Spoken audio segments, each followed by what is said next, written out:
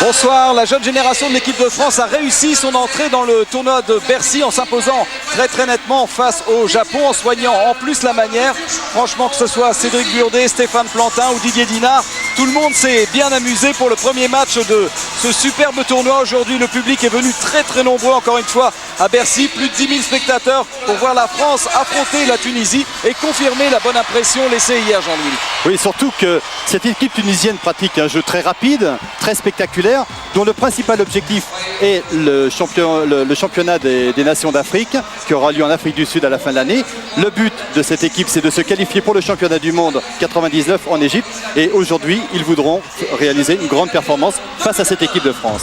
Oui, Jean-Louis, nous sommes évidemment en compagnie encore de Philippe Gardan, qui a fait ses grands débuts hier avec énormément de brio. On espère qu'il va confirmer aujourd'hui. Il a la pression sur les épaules et en plus, il est avec son successeur en équipe de France, qui l'a fait pratiquement oublier des supporters, Eric Kervadec. Oui, bonsoir. Vous voyez qu'il y a une petite différence de taille. Eric, tu as dit avant Bercy que tu te sentais fatigué par rapport à une grosse saison à Magdebourg. Tu viens d'avoir une contracture à l'épaule, je crois, hier. Donc, t'es pas un petit peu inquiet par rapport à une semaine d'intervalle par rapport au championnat d'Europe? Non, je dirais même que la blessure, je préfère l'avoir maintenant que l'avoir la semaine prochaine. Non, je suis pas inquiet, c'est pas grand chose, c'est une contracture. Maintenant, on a décidé de ne pas tirer dessus, d'attendre le match de demain contre l'Allemagne pour repartir de nouveau et continuer sur l'Euro.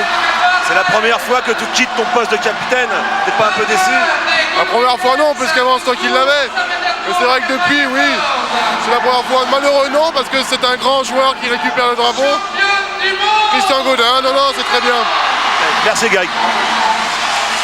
Vous découvrez cette salle de Bercy, ce parquet, avec cette équipe tunisienne qui va essayer de rivaliser avec l'équipe de France. On vous rappelle, numéro 3 mondial et qui cherchera lors du championnat d'Europe à Bolzano une qualification pour la prochaine édition du championnat du monde qui aura lieu l'été prochain en Égypte. Il faut pour cela terminer dans les 5 premiers et l'équipe de France prépare elle aussi son match face à l'Allemagne qui sera en direct sur l'antenne de Canal demain, qui sera le sommet de ce tournoi de Bercy. Oui, ça sera le sommet de ce tournoi, sachant aussi que c'est un match qui sera très important pour la suite de l'équipe de France, puisque ça fait sur les 3 derniers matchs, l'équipe de France a enregistré 3 défaites et ils voudront arrêter quand même cette spirale de la défaite pour se présenter dans les meilleures dispositions au championnat d'Europe. Alors dans quelques instants, le cérémonial pour la composition des équipes.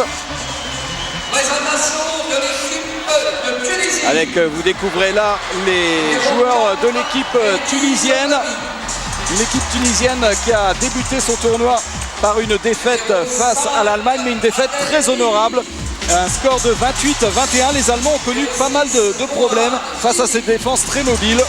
Oui, c'est une défense qui me rappelle un petit peu la défense de Toulouse, c'est-à-dire que c'est une défense étagée qui joue pratiquement sur un demi-terrain. Donc face aux grands gabarits allemands, il est bien certain qu'ils ont eu beaucoup de mal à se dépêtrer de cette défense.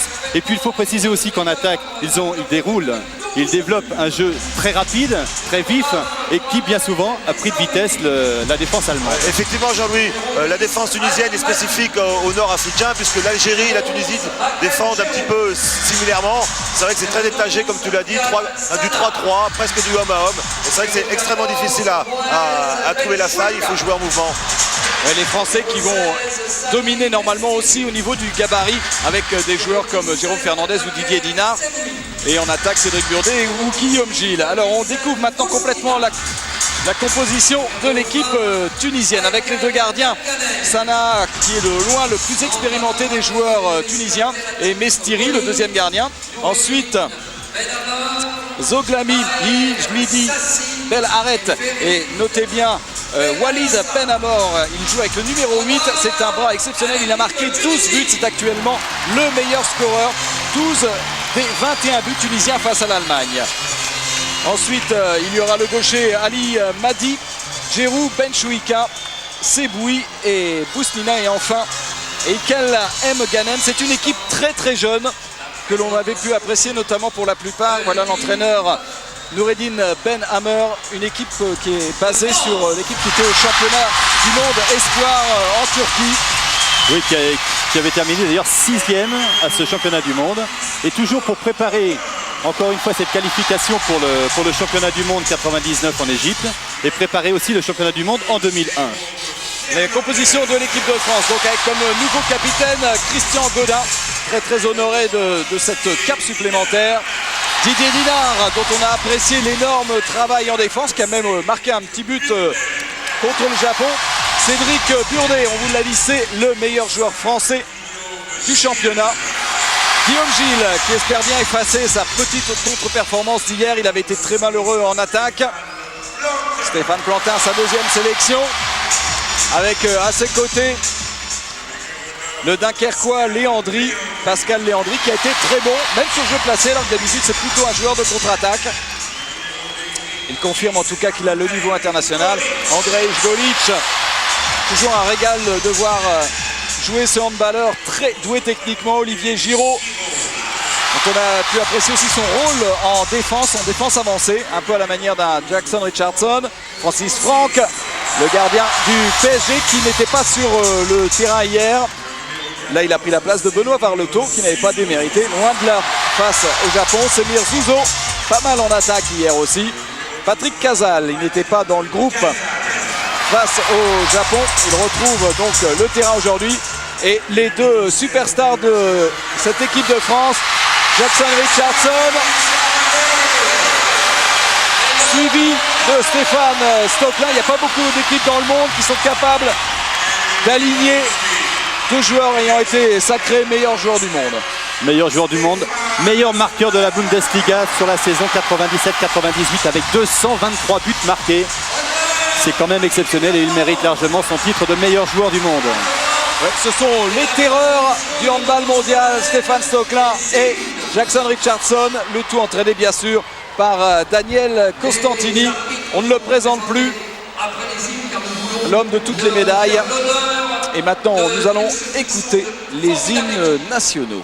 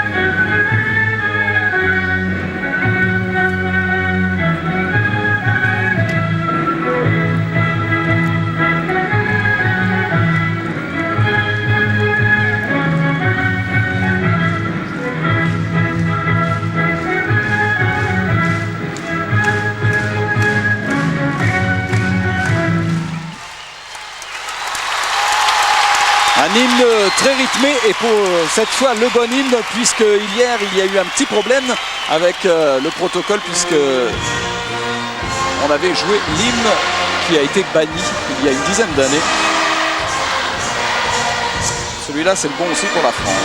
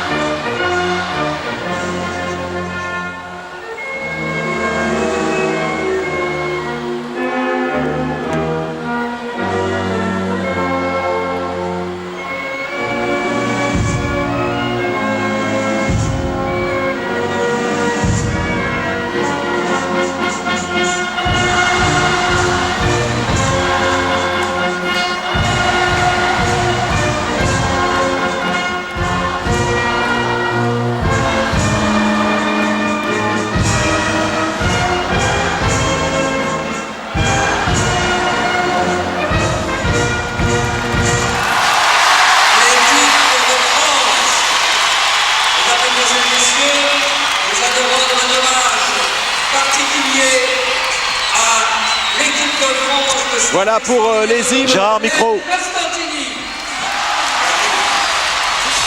Allez, Philippe Gardan, vous avez envie de parler. Hein. Oui, nous avons la chance d'avoir à côté monsieur le ministre Aziz Derwaz des Sports d'Algérie. Mais avant tout, il a été quand même un des plus grands entraîneurs d'Algérie. Il a fait plusieurs fois les Jeux Olympiques, les championnats du monde. C'est vraiment un grand monsieur du handball algérien. Monsieur le ministre, bonjour. Bonjour. Je voudrais savoir combien de chances accordez-vous à l'équipe de France pour accéder au podium à l'Euro? Je pense que l'équipe de France a au moins 75% de chances d'y accéder parce qu'elle a réussi sa mutation et une transition qui n'était pas facile à faire a été réalisée avec l'incorporation d'excellents jeunes au gabarit très important et qui s'adaptent tout à fait aux exigences du handball actuel. Merci bien, monsieur le ministre. Oui, l'Algérie qui possède une excellente équipe de handball. Alors que l'on découvre les arbitres, messieurs Hoy et Ognes, les arbitres norvégiens qui avaient été excellents dans un match sans problème entre la France et le Japon. Ils font partie des meilleures paires mondiales. Oui, ils étaient passés complètement inaperçus hier, ce qui veut dire qu'ils ont fait un arbitrage parfait. Alors le match va débuter dans quelques instants. Alors que vous voyez Jackson Richardson qui met la fameuse colle pour avoir une bonne tenue du ballon avec le petit stock sur le bord de la chaussure. Comme toujours, ce sont des petits trucs du handballeur. Et la belle coupe de cheveux d'Olivier Giraud. Spécial Bercy. Olivier Giraud qui va signer pour Irun mercredi. Le club espagnol. Là où jouait par exemple Perunicic il y a quelques années. L'ancien parisien. L'un des meilleurs clubs européens. Très bonne nouvelle pour Olivier Giraud et un coup dur quand même pour le club de Massy-Essonne qui perd là l'un de ses leaders. Oui, Bruno et Jean-Louis, d'après ce que je viens de comprendre, je pense que Stéphane Stocklin va débuter le match en tant que demi-centre. Donc je crois que c'est une grande première, puisque généralement on met en tant que demi-centre un bon organisateur. Stock ne l'était pas, maintenant il progresse, il l'est. Donc ça c'est une bonne chose pour l'équipe de France. C'est Francis Franck qui démarre dans les buts français avec les Bleus qui vont défendre avec Pascal Leandri, Cédric Burdet, Didier Dinard, Guillaume Gilles. En défense avancée toujours Jackson Richardson et Andrej Kolic à l'aile gauche. C'est le même système pratiquement qu'hier en début de match. Et pour l'équipe tunisienne, on va retrouver Seboui à l'aile gauche, Ben Amor donc au poste d'arrière gauche, au poste de pivot Mohamed Messaoudi pour organiser le jeu. Bel Arret qui joue énormément en défense, c'est le petit joueur le plus expérimenté de l'équipe tunisienne.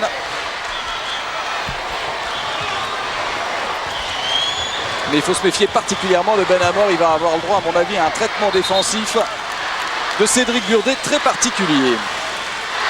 Alors, il va falloir monter quand même assez rapidement sur lui dès qu'il a le ballon. Et c'est vrai qu'il est dangereux, il est capable de tirer dans n'importe quelle position. Donc à surveiller de très près. Donc défense 1-5 homme à homme habituelle de l'équipe de France. Et rentrée d'un deuxième pivot. Toutes les grandes nations maintenant font rentrer un deuxième pivot pour travailler pour les arrières. Avec Tunisia qui s'en sortent bien. Oui, Didier Dinard qui est sorti pour aller défendre sur Adnel Belaret.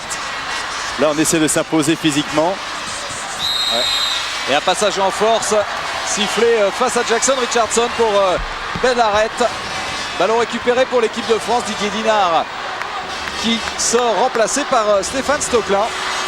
Effectivement, Guillaume Gilles va jouer arrière gauche et Cédric Burdet arrière droit. Et Jackson Richardson pivot. On brouille les cartes. On brouille les cartes. Daniel Costantini. Oh là là, quel but! Quel but après ce 1 contre 1 de Cédric Burdet. Voilà, il a pris son défenseur de vitesse. Et là, il aligne complètement Sami Mestiri. Gérard, micro.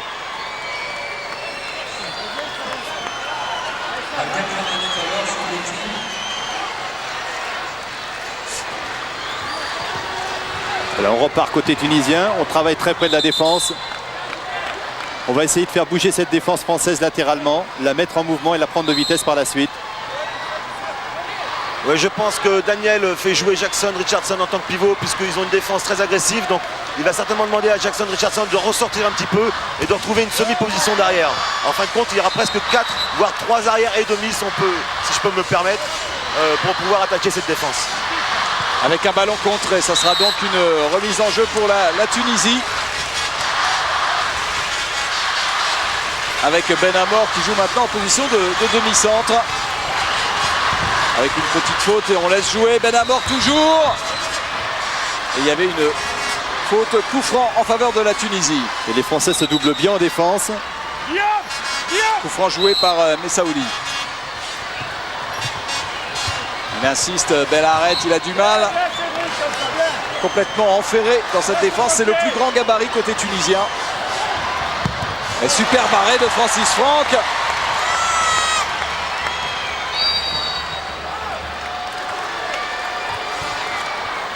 Un arrêt du bout du pied. Très beau réflexe du gardien parisien. Et la France mène toujours 1-0 après 3 minutes de jeu. Là, il va falloir bouger sans le ballon. Beaucoup de jeu. Guillaume Gilles. Équipe, voilà, ça va mieux par rapport à hier. Premier tir et premier but pour le Chambérien. Un contre un réussi face à Djerou. Un contre un tir en désaxé. Une fois qu'il est passé, regardez ce 1 contre 1. Désaxé. Le bras très laxe. Tir recroisé qui prend un contre-pied Mestiri. Oui, effectivement, il fixe très bien son premier poteau et joue avec son poignet pour déposer la balle au deuxième poteau. C'est assez difficile à faire techniquement. Mais il est un bon entraîneur. Avec une faute de Guillaume Gilles sur Belharet. Et il passe un mauvais quart d'heure quand même, Belharet. Il souffre vraiment face à une défense très mobile, très haute, qui vient le chercher assez loin. Djerou avec Ben Amor. On essaie de jouer côté gauche. Et regardez cette défense très solidaire des Français. Tout un groupe qui se déplace côté ballon. Et un tir manqué. Tir manqué pour Walid Ben Amor. Richardson. Dinard qui joue en pivot. Et il reste sur le terrain, Didier Dinard. Il se dit bon, bah, il me donne le ballon, j'y vais. Richardson un contre un. Beau décalage pour Golic à l'aile gauche. Superbe travail de Jackson Richardson. Un contre un, extérieur-intérieur. Il décale son ailier, Andrei Golic, qui rate peu de tirs dans cette position. Oui, effectivement, on peut voir la décontraction d'André. On a l'impression qu'il a 250 sélections, alors que je crois que c'est juste sa deuxième sélection. C'est très impressionnant pour un jeune comme ça. Et très efficace au tir, puisqu'hier, il a marqué 4 buts sur 5 tirs, 80% de réussite. Ben Amor, ouais, superbe but avec le rebond dans la lucarne de Francis Franck. On vous le dit, ce joueur a un bras extraordinaire. Un beau coup de poignet pour finir, pour rabattre le ballon au sol. C'est son 13e but dans le tournoi. Mesdames et messieurs, Walid Ben Amor, c'est son 13e but depuis le début du tournoi. 3 minutes, 16 par 12 buts hier. Et regardez cette défense très étagée, très avancée de la part des Tunisiens. Il va falloir que les Français bougent énormément dans le dos des défenseurs, avec des départs déliés, avec des rentrées de demi-centre d'arrière. Léandri avec Golic. On cherche Stéphane Stoklin. Une très belle combinaison entre Andrei Golic et Stéphane Stoklin, croisé. Et pourtant Stéphane Stoklin n'était pas sur son aile préférée. On voit pourquoi il a été élu meilleur joueur du monde. Regardez-moi ce ralenti, il est magnifique. C'est une véritable cacahuète en pleine lucarne. C'est certainement le plus gros bras du monde en ce moment. Et la France qui mène 4-1 après 6 minutes 14. Les Tunisiens qui ont beaucoup de mal en défense. On pensait effectivement que les Tunisiens allaient gêner les Français grâce à leur activité défensive. Et pour l'instant, les Français trouvent les solutions parfaitement. Et la défense fonctionne parfaitement avec toujours Richardson qui vient gêner la circulation de balles des Tunisiens. Avec une faute, on va revenir un petit peu avant. Faute sur Ben Amor. Et coup franc joué par Messaoudi. Belharet. Ballon piqué par Richardson, mais il y avait une faute auparavant. Faute de Cédric Burdet. Qui prend un carton jaune d'ailleurs. Ouais.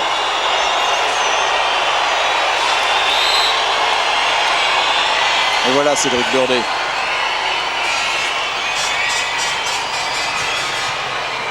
Belharet, un contre un. Est-ce qu'il va réussir une fois à se mettre en position de tir? Il joue trop près peut-être de la défense. Benamor contré par Didier Dinard. Quelle muraille. Guéric Kervadec qui est habituellement défenseur au centre en fait. Voilà, trouve là un remplaçant plutôt de qualité. Hein. Et lorsque les deux sont côte à côte, c'est pas évident à passer. Deuxième arrêt pour Francis Franck, la contre-attaque. Richardson, super feinte pour débarquer complètement. Et là c'est la grande classe. Grande classe de Jackson. Parce qu'il a fait une feinte de passe sur son arrière pour décaler l'ailier. En l'occurrence sur Guillaume Gilles, qui marque là son deuxième but sur 2 tirs. C'est bon pour lui parce que ça va le mettre en confiance pour la suite de la partie. Il en avait bien besoin. On vient d'apercevoir la rentrée de Patrick Casal de Montpellier qui vient de remplacer Cédric Burdet de Montpellier aussi.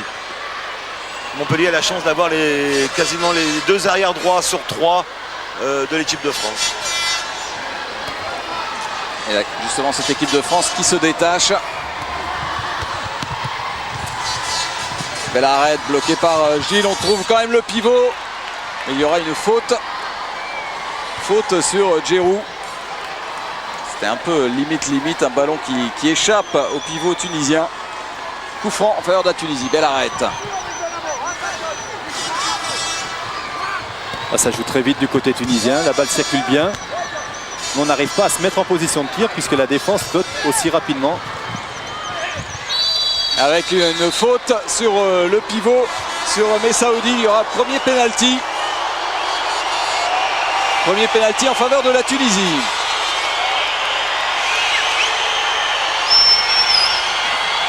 C'est Walid Benamor qui va aller tirer ce penalty face à Francis Franck. Grosse variété de tirs. Je crois que le public a tort de siffler puisque le penalty est véritablement indiscutable. Oui, Guillaume Gilles avait les pieds en zone. Alors on voit le tir de Benamor entre les jambes de Francis. Didier Dinard qui récupère sur le banc. Golic avec Richardson, tentative de Kung Fu. Et un ballon intercepté par Daker Seboui. Coup franc en faveur de l'équipe de France.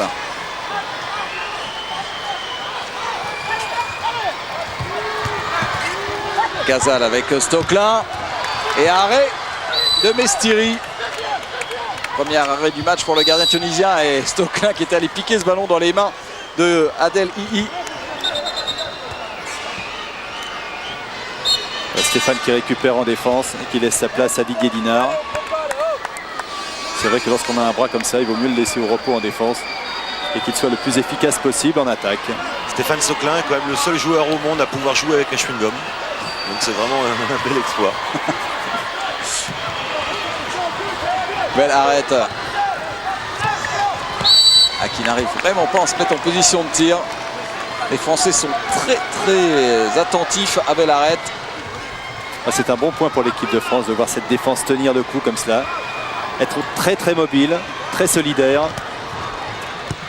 Encore un arrêt de Francis Franck sur ce tir de Benamor. Richardson en contre-attaque sur la montée de balle. Et une faute sur Jackson Richardson. Troisième arrêt pour Francis Franck qui démarre très fort ce match.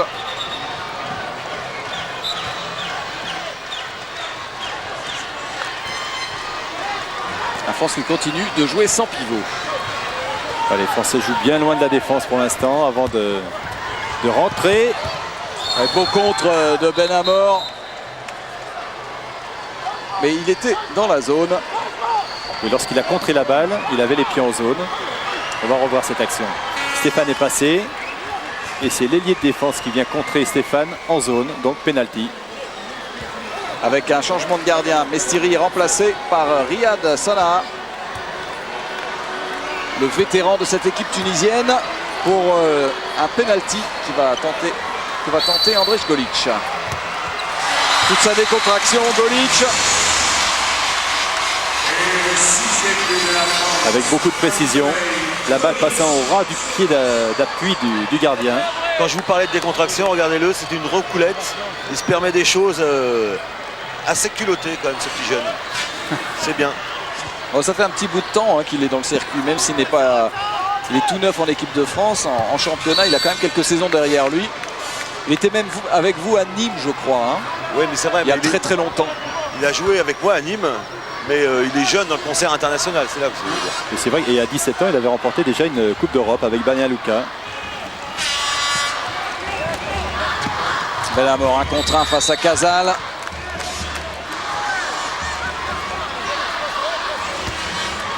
Coup franc pour la Tunisie. 6-2 en faveur de l'équipe de France. Elle arrête. Et ballon perdu. Ballon perdu par la Tunisie. La balle brûle les doigts des Français, ça c'est très très bien. Richardson, bien défendu. Bien défendu de la part de Seboui avec une contre-attaque. 3 contre 1. Seboui qui va très vite. Et il y aura un penalty pour une faute de Guillaume Gilles sur Daker Seboui. Guillaume Gilles qui était revenu à toute allure pour essayer de bloquer l'attaquant tunisien.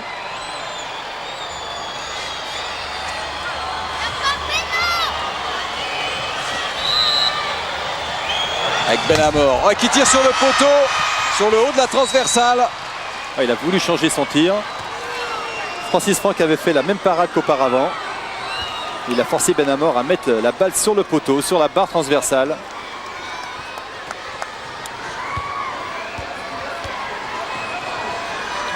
Toujours ce score de 6-2.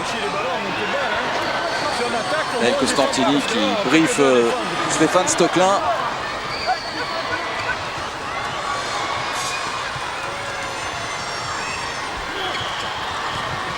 Elle arrête. Et bien joué dans le décalage pour Mourad Jlidi. Il a forcé un petit peu cet intervalle. Vous avez raison.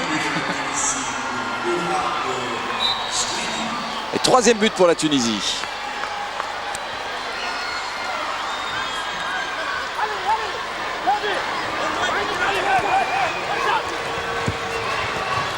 Richardson avec Stocklin, un contre un de Stocklin et le rebond pour Jackson Richardson qui marque son premier but. Il est Pierre bien de très Stéphane. heureux, Mestiri là-dessus. Pierre de Stéphane bien renvoyé par Mestiri, repris par Jackson, tout seul à 6 mètres. C'est le premier but de Richardson. Meilleure performance ce soir pour la vitesse du tir, 90 km. Stéphane Plantin commence à s'échauffer. Je pense qu'il va remplacer Pascal Léandri.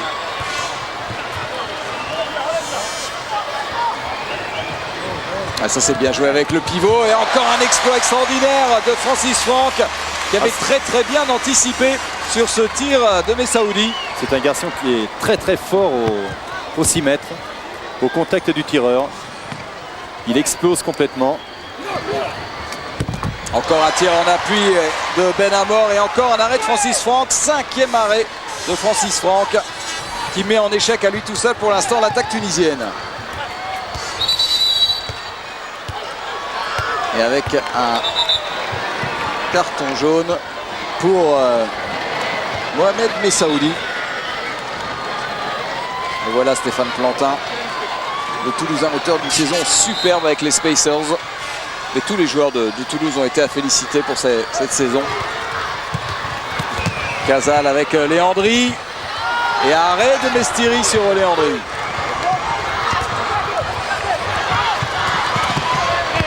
Oh là là, Francis Franck est extraordinaire. 3 arrêts de suite sur 3 tirs immanquables. Et parfaite relance d'Andrei Golic sur Stéphane Stocklin. Quelle belle passe. Juste dans la course de Stéphane Stocklin. Jean-Jacques Amselen et son équipe nous remontrent cette très belle action française. Regardez ça, la balle arrive parfaitement au niveau des épaules. Et Stéphane n'a plus qu'à ajuster son tir. Et 8-3 plus 5, c'est le plus gros écart en faveur de l'équipe de France. Oui, Olivier Giroud aussi commence à s'échauffer derrière le banc. Je pense que Daniel a la volonté de faire jouer tout le monde pour ne pas épuiser les organismes face au grand match qui ira demain contre l'Allemagne. Voilà Olivier Giroud. Coup franc en faveur de la Tunisie, joué par Makrem Giroud.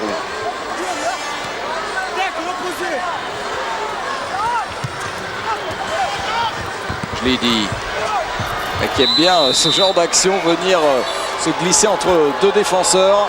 Feinte extérieure, il revient tout de suite vers l'intérieur et en plus il entraîne avec lui les deux défenseurs. Et donc il y aura un penalty, nouveau penalty qui va être tiré par Adnan Bellaret, toujours face à Francis Franck. Elle n'a pas de cadeau de Bellaret.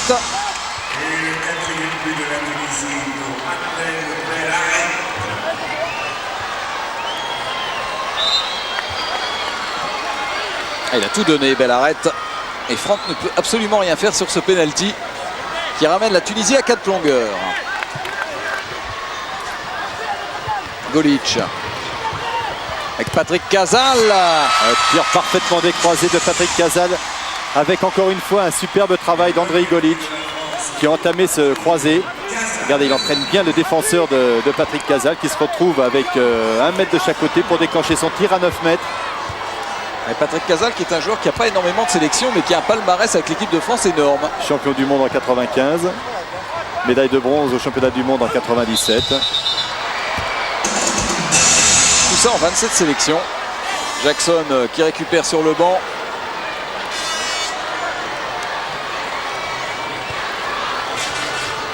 Avec toujours sa poche de glace sur le genou.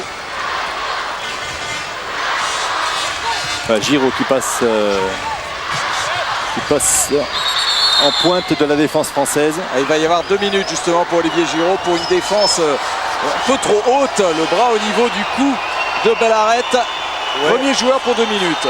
En plus, je pense que Daniel Constantini doute encore un petit peu de Semir Zouzo puisqu'il a fait évoluer Jackson Richardson en pivot et puis maintenant il a fait évoluer Olivier Giraud, donc c'est pas forcément de bon augure pour Semir.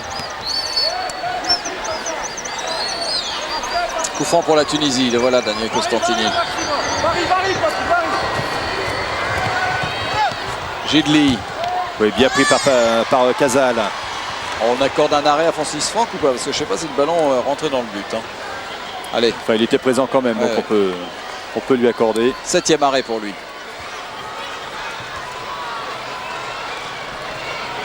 Allez, les Français souffrent, tout le monde a besoin de récupérer un petit peu. Après ce premier quart d'heure mené sur un rythme d'enfer. Andrej Golic avec Stocklin. C'est difficile. Oui, c'était spectaculaire, Casal, oui. Mais difficile. Si c'était passé, ça aurait été extraordinaire. Ils en ont fait un peu trop, mais l'action était belle quand même. Voilà, on se replace en défense. C'est aussi le charme de ce tournoi, c'est que l'équipe de France joue vraiment pour faire plaisir à ce public une fois par an. Toute la France du handball se déplace pour voir cette équipe de France. Voilà, 2 pivots et on travaille pour les arrières, on essaie de servir les pivots. Passage en force. Ouais. De Mohamed Messaoudi, la contre-attaque. Ballon qui échappe finalement à Stéphane Plantin, un ballon un petit peu bas, un peu dans les jambes sur sa première attaque. Plus sensé, plus ouverte ta course, hein. Ce sera plus facile pour la réception. Il n'y a rien pour toi.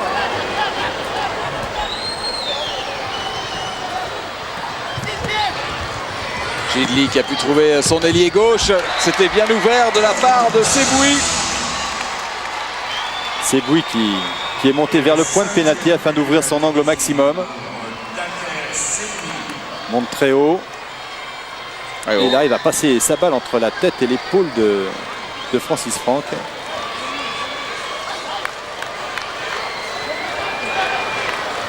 C'est son anniversaire aujourd'hui à Bakar Seboui. Il a 23 ans. Et les Français sont à nouveau au complet avec le retour d'Olivier Giraud qui a purgé ses 2 minutes d'exclusion temporaire. Andrej Golic, Kung Fu, réussi. Et il est culotté. Il est vraiment culotté. C'était un joueur de classe extraordinaire, Andrej Golic. Regardez ça, Kung Fu au-dessus de la zone. Stéphane Stocklin qui s'était parfaitement engagé. Ah, elle est précise encore cette passe. On ne peut qu'apprécier la créativité de ce joueur. Il va apporter énormément à cette équipe de France. En plus, c'est un joueur polyvalent qui est capable de jouer à l'aile gauche comme meneur de jeu. Il tire bien les pénaltys, très efficace au pénalty. C'était une des petites faiblesses aussi de l'équipe de France de ne pas avoir un gros tireur de pénalty depuis la retraite de Philippe Gardan. Combien de pénaltys dans votre carrière, Philippe? Un seul. Un seul. Combien de pénaltys, Philippe? Un, je crois. C'est contre la Chine. Exact. Oui. Et je l'ai marqué. D'ailleurs, je l'ai marqué en pleine lucarne alors que je voulais tirer par terre. Mais Le ballon voilà, vous a échappé. ça arrive de temps en temps.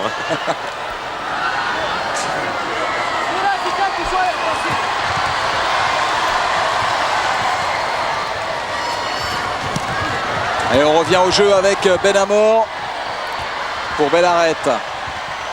La défense française toujours aussi mobile, énormément de motivation. On sent que tous les joueurs ont envie de gagner la confiance de Daniel Constantini sur des matchs comme ça. Oui, et puis préparer surtout le match de demain.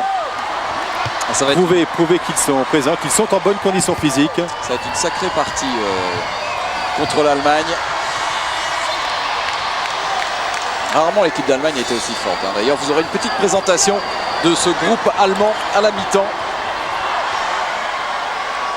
Très, très impressionnante. Benamor avec, je l'ai dit, comment voulez-vous qu'il puisse jouer là? Il est complètement enferré. Il est bloqué par 192 kilos. Voilà, c'est beau, il ne pouvait pas s'en sortir. Attention au refus de jeu. Il faut vite enclencher un mouvement, Benamor, avec Bellaret qui se cogne sur Guillaume Gilles.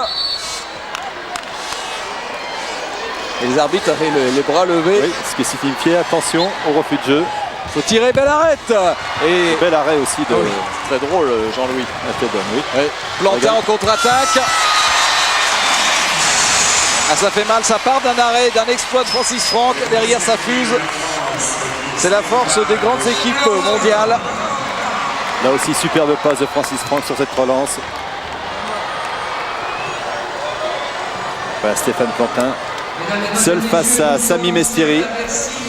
Et la France mène 11-5. Avec l'équipe de France, même ici à Paris, on sait recevoir et nous devons donner, de rendre hommage à cette belle équipe de Tunisie qui se bat magnifiquement.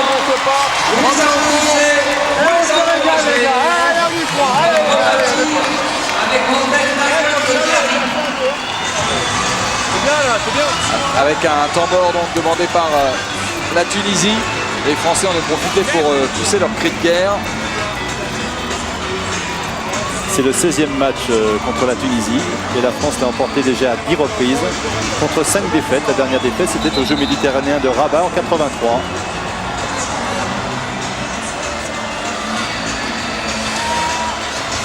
Avec les Tunisiens menés 11-5. Il reste 8 minutes à jouer dans cette première mi-temps. Le public bon enfant qui se régale avec pour l'instant cette démonstration française. Démonstration d'efficacité en attaque et aussi en défense. C'est le point positif pour Daniel Constantini, que sa défense tienne le coup comme cela. Il est certain aussi qu'avec l'arrivée de Didier Dinard, ça a permis de donner davantage de poids à cette défense. Avec Mganem qui est rentré pour mener le jeu pour la Tunisie. Et ballon qui échappe à Djerou, mais il y aura un coup franc en faveur des Tunisiens.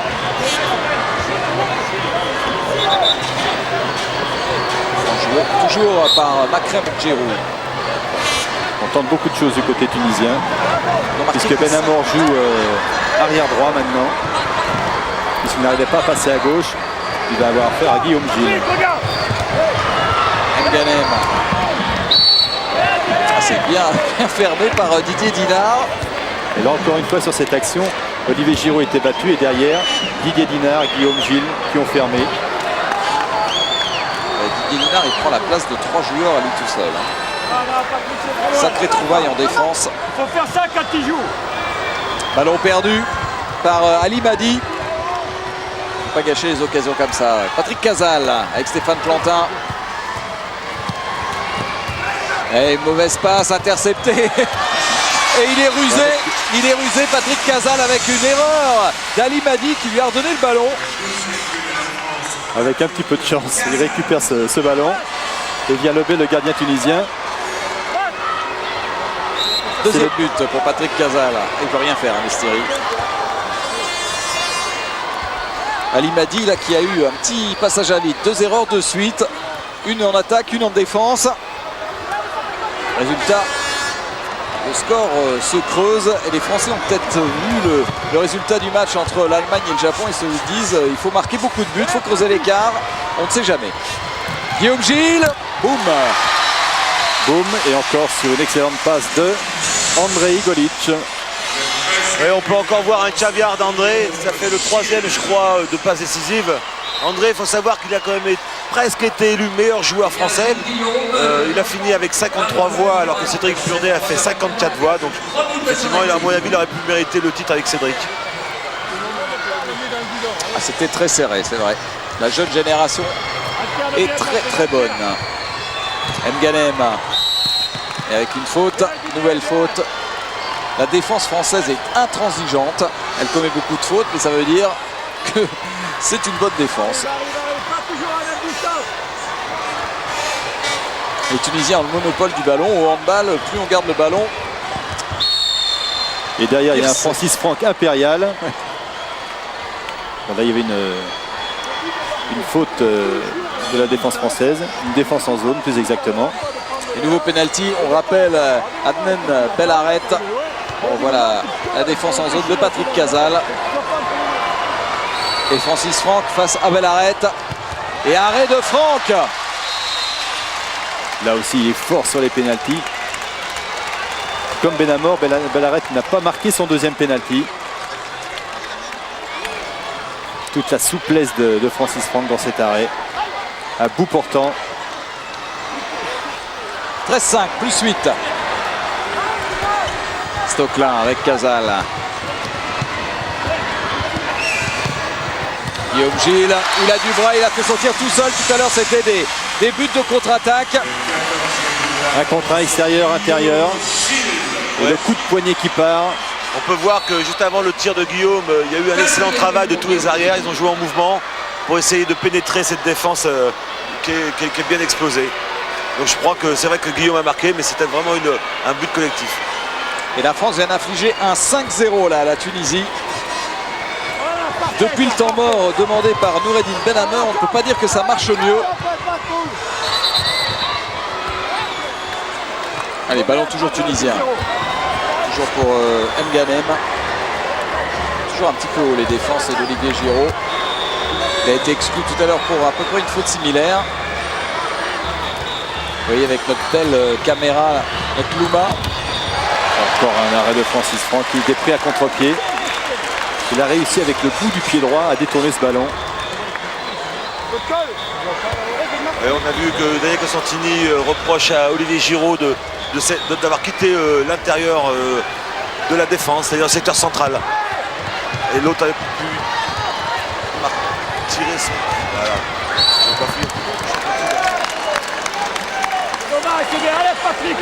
Voilà, coup franc pour la Tunisie. Allez, avec cette image, grâce à notre grue, parce que c'est comme ça que ça s'appelle, qui nous permet d'être au cœur de l'action.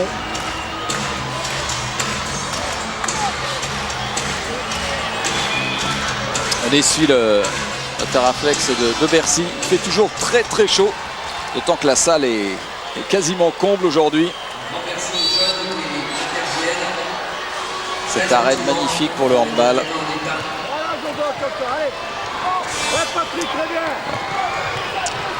Voilà, d'ailleurs Bercy pourrait très bien accueillir en 2001 la finale des championnats du monde, puisque la France s'est portée candidate pour organiser cette compétition.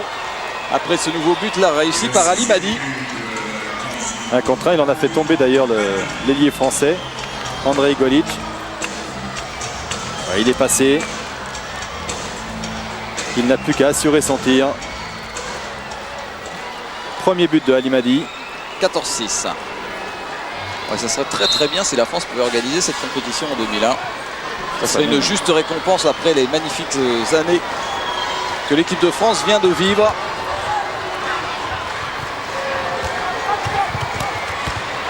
Stéphane Stocklin.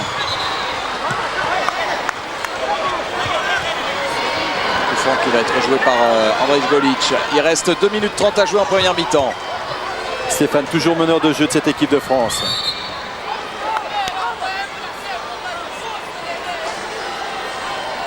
La balle est toujours française. La défense tunisienne est un peu plus aplatie qu'au début.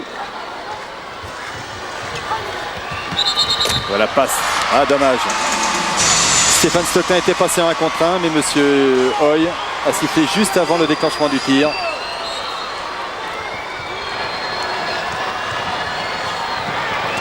Ah, ça joue très vite côté français. Attention aux interceptions aussi.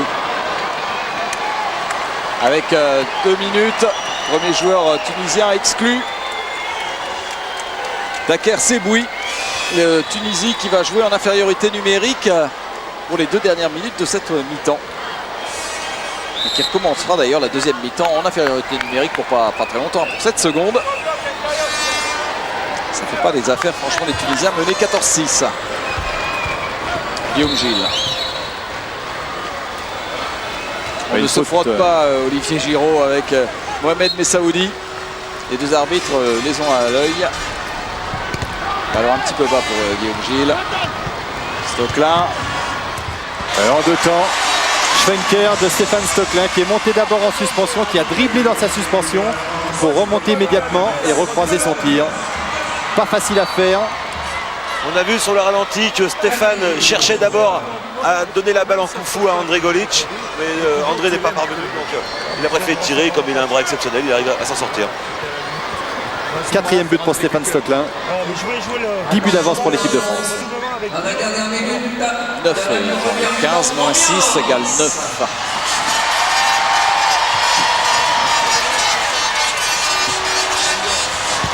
Encore un arrêt pour Francis Franck. Lui, c'est son 10e arrêt. La contre-attaque, Olivier Giraud. Et il est allé déposer cette balle sous les jambes de Mestiri. Roucoulette d'Olivier Giraud sur cette contre-attaque très rapide des Français qui était à 3 contre 1. Voilà la roucoulette. Il ne peut pas faire grand chose, hein, Mestiri. Il est à 1 mètre de lui. 16-6. Quelle démonstration de l'équipe de France dans cette première mi-temps. Et celui-là était pas mal non plus, pas malheureux Francis Franck. Un tir sur le poteau d'Ali Madi. 4 contre 2. 4 contre 2 et c'est Didier Dinard à la finition.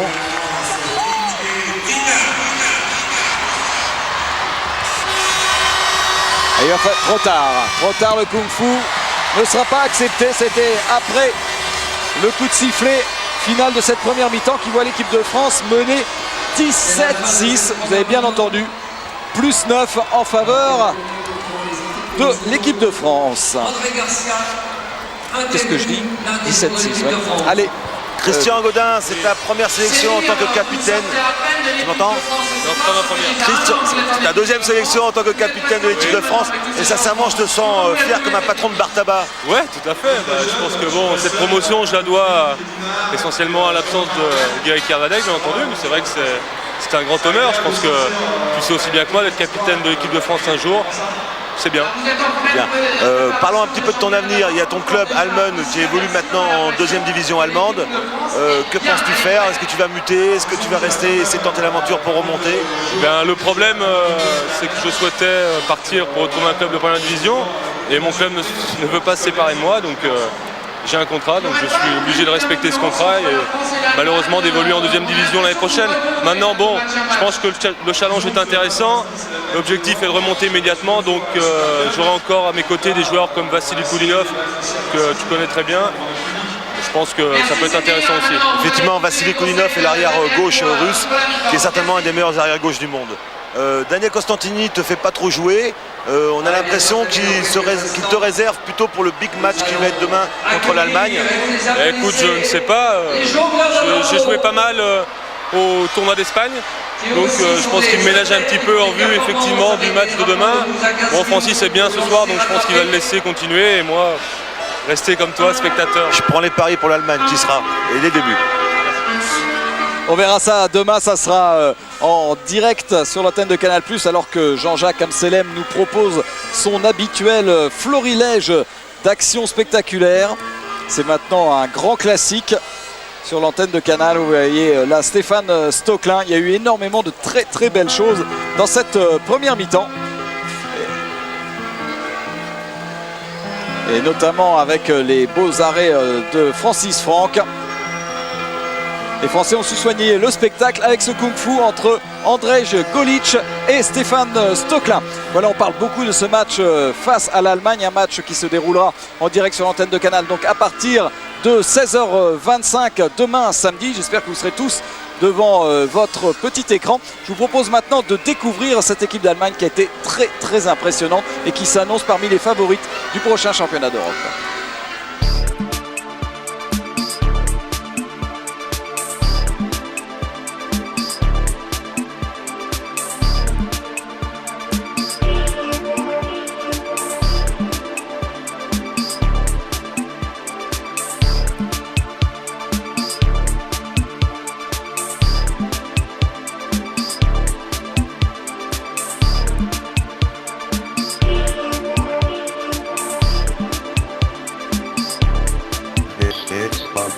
Blue egg.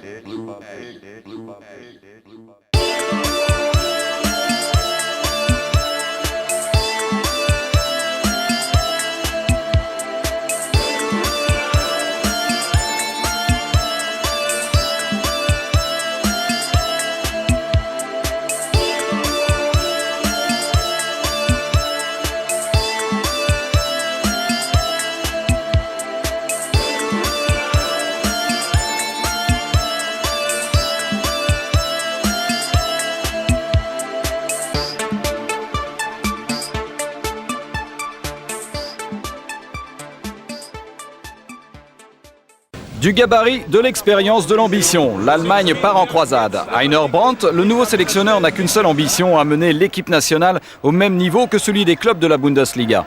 Traditionnellement, le hand allemand s'appuie sur une défense hyper physique autour des déménageurs associés Klaus-Dieter Petersen et Mike Bredicek. Mais pour une fois, c'est en attaque que l'équipe d'Allemagne est capable de faire la différence. Le patron s'appelle toujours Martin Schwalbe. Entraîneur-joueur à Walau Massenheim, le club de Frédéric Voll et de Marc Wildberger, Schwalbe, à 35 ans, va franchir allègrement la barre des 200 sélections et des 600 buts marqués. Martin Schwalbe est une véritable institution dans le hand allemand. On ne touche pas à cet arrière aux caprices de divin. Son entente sur le terrain avec le pivot Christian Schwarzer est un modèle du genre. Le duel Schwarzer-Kervadek sera l'une des clés du match France-Allemagne. Un peu moins connu mais tout aussi efficace, Daniel Stephan apporte son sens de l'improvisation. Avec son club de Lemgo, il a été élu l'an dernier meilleur joueur allemand. À 24 ans, il est le successeur annoncé de Martin Schwalbe. Profitant à fond des carences des règlements internationaux, l'Allemagne a récupéré Bogdan Wenta. Meilleur joueur de sa génération, le Polonais naturalisé, malgré ses 37 ans, amène sa puissance de tir à un poste traditionnellement faible chez les Allemands. Dernière pointure de niveau mondial, le très discret Stefan Kretschmar. Entre deux piercings, l'ailier de Magdebourg est capable de dynamiter n'importe quelle défense grâce à sa technique et sa puissance étonnante pour un ailier. Contrairement à ses prédécesseurs, Heiner Brandt parvient donc à faire cohabiter toutes ses vedettes, tout en intégrant la nouvelle génération. Depuis 10 ans, l'Allemagne n'a jamais été aussi impressionnante. La France est prévenue, l'Allemagne en a vraiment assez de ne plus rien gagner.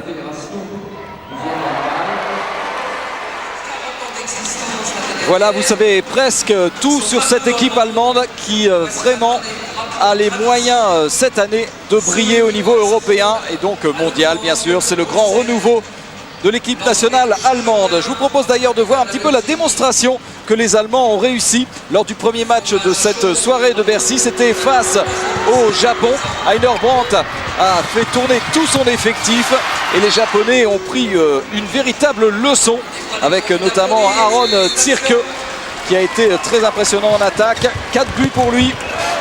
Dans les buts, Holpert et Henning ont été très bons aussi. Ils ont complètement annihilé la défense japonaise qui à la mi-temps avait déjà encaissé 13 buts. Même Klaus-Dieter Petersen, le pilier de la défense de Kiel, le champion d'Allemagne, s'est offert quelques buts. Bon, les Japonais ont quand même réussi quelques contre-attaques comme le capitaine ici, Sueoka. Pendant ce temps-là, les remplaçants allemands ont fait la fête. Ils ont fait la hola comme tout le public de Bercy. Bogdan Wenta, qui avait été assez peu utilisé lors du premier match, a travaillé son bras droit. Un peu dans toutes les positions. Il a aussi prouvé que c'était un bon passeur, Bogdan Wenta. Ici, on voit le but de l'ailier gauche remplaçant Stefan Krebitke, peut-être le successeur de Kretschmar. En tout cas, le score final 25-11 ne laisse pas planer d'équivoque. Plus 14 pour les Allemands face aux Japonais. Très très fort. Voilà, vous découvrez ce spectacle de porteurs de drapeaux particulièrement étonnant. Et pendant ce temps-là, nous, on va aller s'intéresser bien sûr à l'automobile, puisqu'il y a un grand rendez-vous sur l'antenne de Canal ce week-end, soit en direct sur l'antenne de Canal en numérique, soit en... Alors qu'on revoit une action de la première mi-temps est en compagnie de Daniel Costantini, l'entraîneur. Oui, Daniel, je sais que c'est pas facile, ou voire très facile quand on mène 17-6, mais quelles ont été les consignes à la mi-temps? C'était très difficile avec ton équipe. Quand on menait 17-6, c'est là que je commençais à être inquiet. On va voir si les jeunes sont un peu plus concentrés. Non. Déjà, on va changer de système de jeu. Il ne faut pas le dire aux Tunisiens, mais on va jouer avec 2 pivots, ce qui peut être la meilleure ou la pire des choses. Donc j'espère qu'il va y avoir, grâce à cet changement tactique, un peu de concentration. Et on leur a dit, s'ils conservent cet écart, ça suffit, quoi. J'espère que ça va se passer comme ça. Mais d'un autre côté, je trouve ça très encourageant parce que j'ai quelques souvenirs que l'équipe de France, auparavant, avait du mal à s'exprimer sur une défense agressive style 3-3. Et là, a priori, 17-6, c'est assez conséquent. Ah, mais c'est vrai que je dirais, dans les joueurs qui étaient sur le terrain en première mi-temps, il y a quand même des bons joueurs de ballon, comme André Golic par exemple, qui sont aptes à s'adapter tactiquement à ces défenses un peu particulières. Il faut reconnaître aussi que les Tunisiens la font un peu moins bien qu'ils ont pu la faire hier contre les Allemands et qu'ils savent la faire en d'autres circonstances. Je te remercie. Ça, c'est important, un beau tour sur le clé. Merci Philippe, merci Daniel Costantini. Jean-Louis, les buteurs français de la première mi-temps. 2 joueurs à 4 buts, Stéphane Stocklin et Guillaume Gilles. André Golic, 2 buts, on n'a pas compté ses passes décisives, mais il y en a un paquet. Giraud, Richardson, Burdet et Dinard, 1 but chacun. Côté tunisien, 2 buts pour Belaret et Benamor, et 1 but pour Jlidi, Madi et Daker Seboui. Décor printanier pour ce tournoi de Bercy, avec donc pour démarrer cette deuxième mi-temps, toujours Francis Franck dans les buts. Daniel Costantini lui fait confiance, on le comprend, hein, 10 arrêts en première mi-temps. Il aurait tort de changer. Et on redémarre avec Semir Zouzo qui va donc débuter au poste de pivot. Jérôme Fernandez qu'on n'a pas vu en première mi-temps est là. Jackson revient, Cédric Burdet, Pascal Léandri et André Golic sur l'aile gauche. C'est vrai que ça va être intéressant de voir l'équipe de France évoluer avec 2 pivots. C'est pour cela d'ailleurs que Daniel Costantini a fait rentrer Semir Zouzo. Le deuxième pivot, bien, ça sera un arrière qui rentrera dans la défense tunisienne. Et puis maintenant, il va falloir travailler pour les arrières. Exceptionnel le nombre d'arrêts de Francis Franck, 11 arrêts en première période. Voilà, c'est parti la deuxième période avec cet avantage très net en faveur de l'équipe de France. Voilà, la Tunisie a fait rentrer son 6e joueur qui était sur la touche après 2 minutes en première mi-temps. Voilà, c'est Richardson qui est rentré deuxième pivot.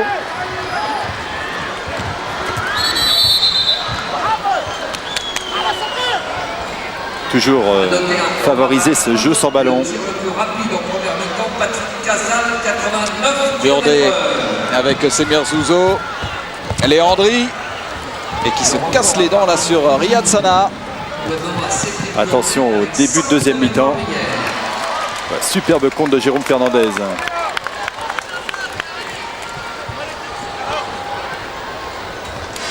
Didier Dinard qui rentre en défense sur le poste de Semir Zouzo. Jackson toujours à la pointe de la défense. Avec Boussina. Poste d'arrière droit pris par Jérôme Fernandez. Et peut-être une petite faute. L'arbitre laisse jouer. Et il y aura un penalty bien provoqué et bien arbitré aussi. Bien provoqué par Makrem Djerou. Défense en zone. Mais quelle intervention encore de Francis Franck. Alors penalty qui va être tiré par Ali Madi. Il est bien tiré, ce penalty est réussi donc. Deuxième but pour Ali Madi. Et l'entraîneur Noureddine Benhammer demande toujours à ses joueurs de monter sur les arrières français. Golic avec Fernandez. Ah oui, la défense est arrivée un petit peu tard sur Jérôme Fernandez. Jérôme Fernandez qui était parti vers la gauche en dribble, qui a pris toute la défense à contre-pied, qui a réussi à monter en suspension avant de décroiser son tir. C'était pas facile à faire, surtout pour un grand gabarit comme Jérôme.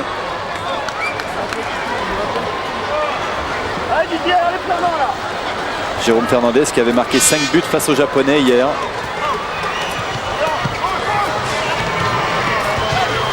Ali Madi. Attention à ce ballon détourné, ça sera 2 minutes pour Didier Dinard. Deuxième joueur français sorti pour 2 minutes. Ouais, il a poussé Didli dans le dos. Et ballon toujours pour la Tunisie. Avec Bellaret. Bousnina, Bellaret. Ça va être dur. C'était complètement fermé par Francis Franck qui repart sur le même tempo qu'en première mi-temps.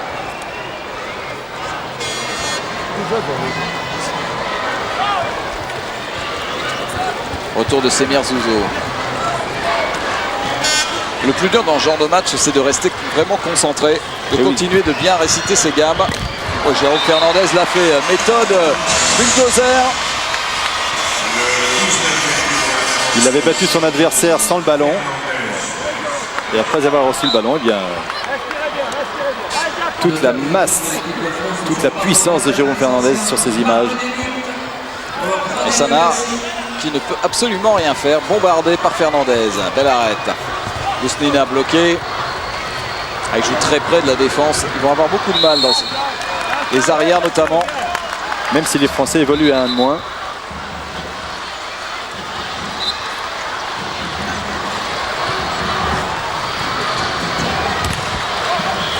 Ah oui, c'est pas facile de déclencher les tirs dans ces conditions.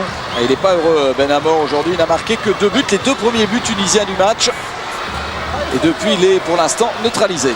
Oui, il n'est pas très heureux, mais c'est aussi pas très bien joué. Ils sont en supériorité numérique. Il devrait plutôt écarter le jeu et se servir du bloc du pivot central pour couper cette défense en deux et jouer et finir par les ailes.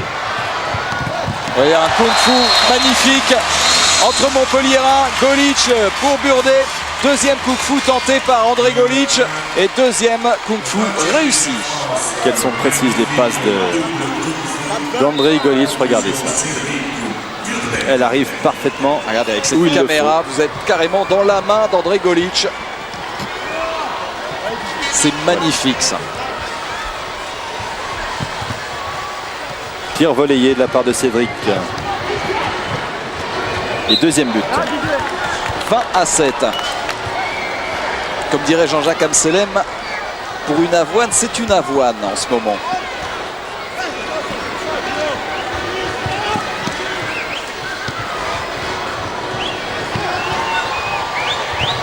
Avec une faute sur Bellaret.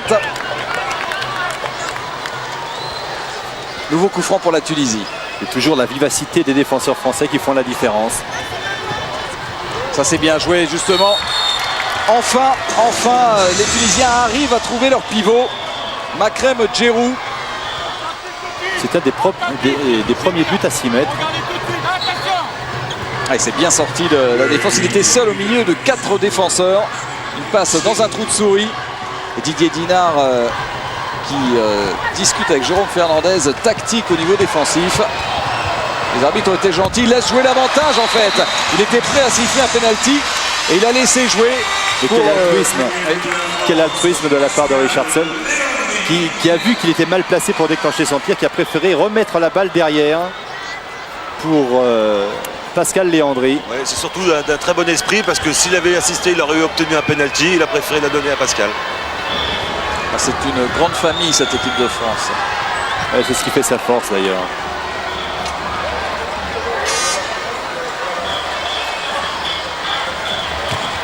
Bousnina avec Bellaret. Quelle débauche d'énergie pour réussir à se mettre en position de la part de Jlidi. Il obtient quand même un coup franc.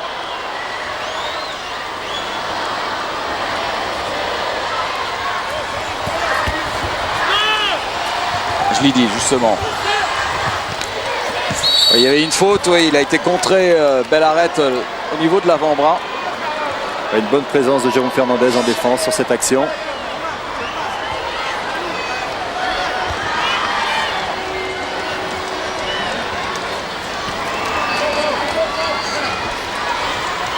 Belle arrête toujours.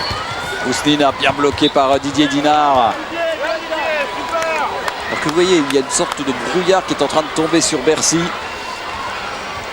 Un peu comme dans les grandes salles grecques.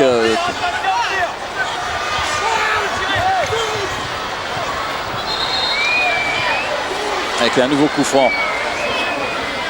Coup franc qui va être joué par Makrem Djerou. C'est impossible de se mettre en position de tir. C'est complètement fou. Cédric Burdet battu. Il y a Didier Dinard qui est venu faire le ménage derrière. Et il prend de plus en plus d'assurance. Refus de jeu pour les Tunisiens. Relance rapide vers Jérôme Fernandez avec Golic. Et qui tente un truc difficile pour Léandri. Et arrêt de Sana. Ballon un petit peu haut peut-être pour Pascal Léandri. À qui, avec la blessure de Stéphane Joulin, à qui on espère, on souhaite bien sûr un prompt rétablissement. Pascal Léandri va avoir énormément de temps de jeu. Bousnina face à Fernandez, il ne peut pas passer. Ils ne savent plus quoi faire face à la défense française.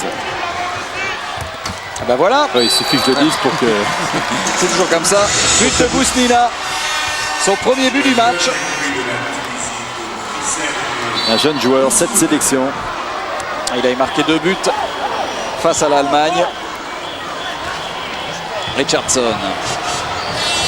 Et ballon perdu, possibilité de contre-attaque. Elle est difficile cette balle, mais avec beaucoup de lucidité.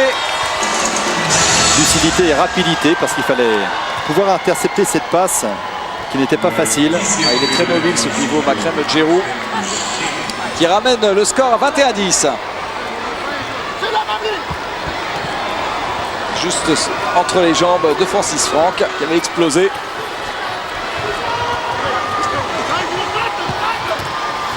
Burdet avec Fernandez. Deuxième ballon perdu de suite. Voilà, c'est le danger. La déconcentration. Et derrière, Madi Ali. 2 erreurs qui se payent cher pour l'équipe de France. 2 interceptions et 2 buts. Ils viennent de prendre un 3-0 les Français. Et Daniel Costantini va peut-être prendre un temps mort. Il a la feuille indiquant le temps mort dans les mains. Encore on voit le roulé-boulé d'Ali Madi. Fernandez avec Zouzo. Golic. Et il perd le ballon. Même Jackson Richardson, on vous le dit. La déconcentration, ça peut se payer cher. Avec un nouveau penalty pour une faute sur Mohamed Messaoudi. Oui, c'est vrai que c'est pas facile pour l'équipe de France de rester concentré, surtout en menant de plus de 10 buts. Oui, mais on voit que les Tunisiens, à la moindre petite erreur, sont prêts à exploiter. Il ne faut pas les laisser revenir dans le match. Madi. Non, sur la barre transversale. 3e penalty manqué par les Tunisiens quand même. 6 penaltys obtenus, 50% de réussite seulement. Ça se paye cher. Le ballon n'est pas rentré. Les arbitres sont bien placés, rien à redire. Fernandez. Boum, il va déclencher. Il va monter sur 2 appuis. Droite-gauche. Et une fois qu'il est monté, c'est difficile d'aller le chercher. Qui en est déjà à son 3e but en 2e mi-temps. Ouais, 3 buts en 10 minutes. Tout de suite rentré dans la partie. Madi.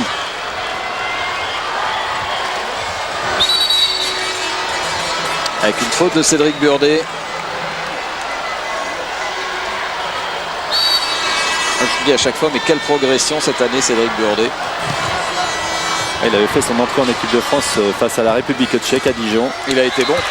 Et il a été bon, ouais, 4 buts d'entrée.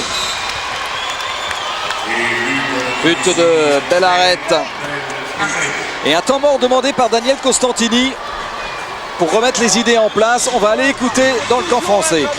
Sur ces mecs, toujours marquer quelqu'un, c'est pas la peine de défendre en zone énormément. Alors en attaque, j'ai demandé à Sémir d'appeler la balle un peu plus centrale, donc il va moins s'excentrer. Donc les ailiers vont rester écartés. Les arrières, vous conservez, dès qu'on peut donner la balle à Sémir, on donne. Là, on joue pas sévère. L'arrière qui a donné, il rentre. Ça libère des espaces et les autres s'engagent latéralement dans les espaces libérés. Okay. Et là on voit que Daniel Costantini veut répéter ses gammes, certaines combinaisons. Oui, effectivement, il a demandé à ce qu'on passe la balle à Semir Zouzo dans le secteur central. Donc on lui passe la balle, on met la balle derrière le dos des défenseurs et on demande après aux arrières de jouer en mouvement et de recevoir la balle en cours. Ça s'appelle un passe-va comme ils viennent de dire. Et ambiance rock'n'roll ici à Bercy. Comme toujours pour ce tournoi de handball. 22-12, 10 buts d'avance pour les Français. Léandri 1 contre 1. Et là, qui a profité d'un bon travail de Semir Zouzo. Voilà qui va faire plaisir aux dirigeants d'Ivry puisque Léandri retournera à l'US Ivry et qui va donner des regrets aux Dunkerquois. On voit que Daniel n'est pas très content sur Olivier Giraud parce qu'il ne respecte pas la consigne. Il a demandé et il l'a grondé un petit peu en lui demandant de passer la balle à Semir Zouzo sur le secteur central. Bousnina avec belle arrête. On essaye de trouver le pivot, ça revient quand même dans les mains tunisiennes. Bousnina 1 contre 1. Il a failli être écrasé par Didier Dinard. Il a vu le pied au-dessus de sa tête. Et heureusement, Didier Dinard a pu éviter le jeune Tunisien. Belle arrête. Et un tir contré de Jlidi. Et avec une faute.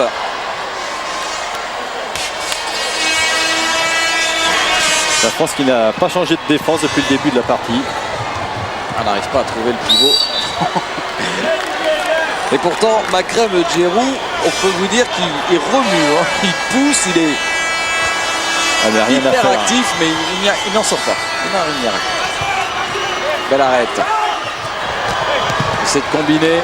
Attention, refus de jeu, c'est annoncé par Monsieur Agnès. Et un tir un petit peu désespéré, mais réussi par Amnen Balaret, qui a surpris Francis Franck. Tir en appui qui passe à côté de Jérôme Fernandez et qui ramène le score à 23-13.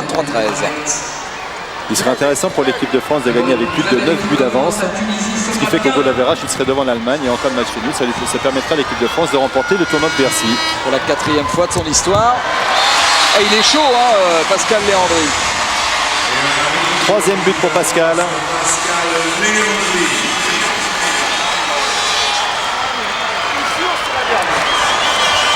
Il est en train de montrer à Daniel Costantini qu'il est beaucoup mieux qu'une doublure de Stéphane Joulin. Quel culot. Il est bien certain que plus on joue, plus on prend confiance. C'est le cas de Pascal. Très tonique. 24-13. Lidi, Bousnina bloqué par la charnière Dina Fernandez.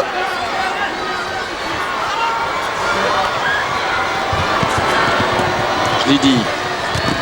Interception de Fernandez. De Dinard qui se bagarre et qui sauve avec Francis Franck. Vers Andrej Golic, possibilité de contre-attaque vers l'homme en forme du moment, Pascal Léandri. Et arrêt de Salah. Dommage parce qu'il avait fait le plus dur, Pascal, 1 contre 1. Attention à la contre-attaque. Et il est très très bien joué cette contre-attaque. But de Djerou. À Hollande, ça ne pardonne pas. Quand on rate un immanquable derrière, il y a une sanction immédiate. Il le place juste entre Francis Franck et le poteau. Il n'y avait pas beaucoup de place. C'est très précis. En déséquilibre, Francis Franck qui ne peut rien faire. 10 buts d'avance pour l'équipe de France. Donc Giraud comme meneur. Et mauvaise passe vers Jérôme Fernandez. Il faut vite revenir. Et encore ces contre-attaques avec toujours l'inarrêtable Djerou. Il en est à son 4e but. On vous le dit, c'est le plus actif de tous les joueurs tunisiens sur ce match. Allez, un peu de concentration en attaque. On devrait pouvoir trouver des solutions et ne pas perdre des balles aussi bêtement. Stéphane Plantin a remplacé Pascal Léandri. Et arrêt de Sana sur ce tir aux 9 mètres de Jérôme Fernandez.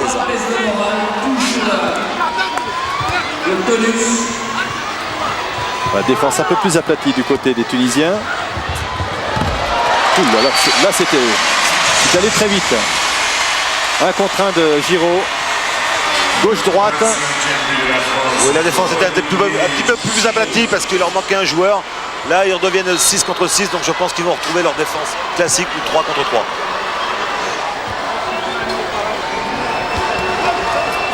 Olivier Giraud qui habituellement joue à l'aile gauche. C'est vraiment un poste inhabituel depuis le début de ce tournoi pour lui. Arrêt de Franck. Et le ballon sera toujours tunisien. Et deuxième arrêt à bout portant de Francis Franck. 2 arrêts de suite. Quel exploit pour le gardien du PSG.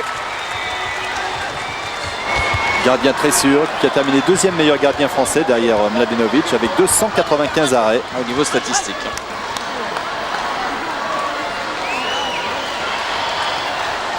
Burdet avec Giraud. Voilà, comme nous l'a dit Philippe, les Tunisiens avancent à nouveau avec leur défense.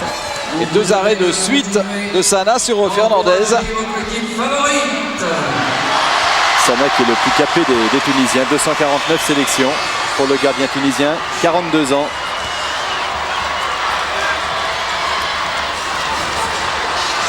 Belle arrête.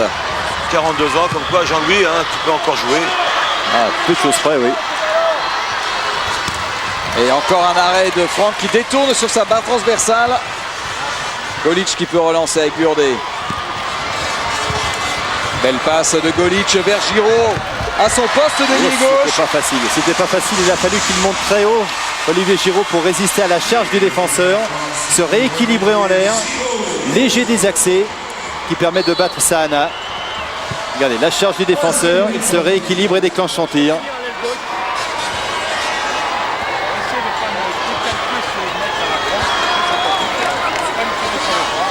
Olivier Giraud qui est un joueur très très précis. Une belle passe de belle arrête. Et encore pour Giroud qui enlève un bout de poids des buts de Francis Franck. Et là la passe était superbe. Juste dans le bon timing. Et pas de cadeau de la part de Giroud. 5e but pour cet espoir tunisien. Oui, il y a le Chambérien Guillaume Gilles qui commence à s'échauffer, donc je pense qu'il va remplacer soit André Golic, soit Jérôme Fernandez en poste arrière gauche. La superbe passe de Cédric Burdet sur André Golic en poste de pivot. Voilà, il est tout seul, il se retourne avec appui pied droit. André Golic, effectivement, qui retourne sur le banc après un superbe match, pas tellement au niveau des buts, mais alors au niveau des caviars. Il a été de loin le meilleur français. 27-16.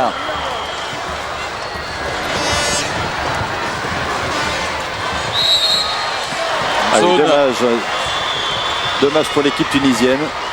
Plantin qui attend un peu de soutien. Il se dit bon, j'y vais tout seul. Et finalement, il est accroché par Moez Ben Chouika. Noureddin Benhammer fait aussi tourner son effectif. Il teste tout le monde.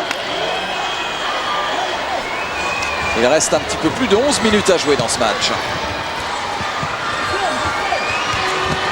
Et Jérôme Fernandez qui avait bien démarré sa deuxième mi-temps là, qui commet quelques petites erreurs. Bien joué. Rapide, précis.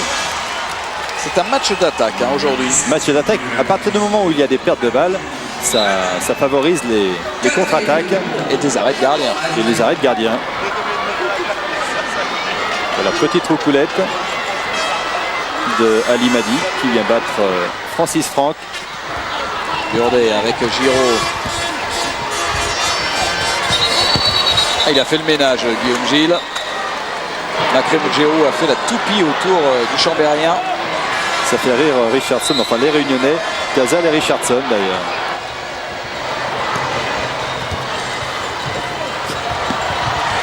Giraud en appui et arrêt de Sana comme un gardien de foot.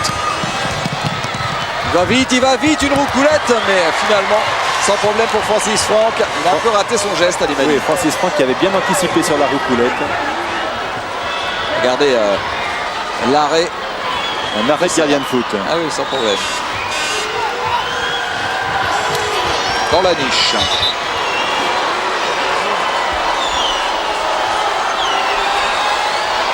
Giraud avec Plantin. Et encore une interception, c'est récupéré quand même par Cédric Burdet. Guillaume Gilles. Et il y aura un pénalty. Le but sera refusé à Guillaume Gilles.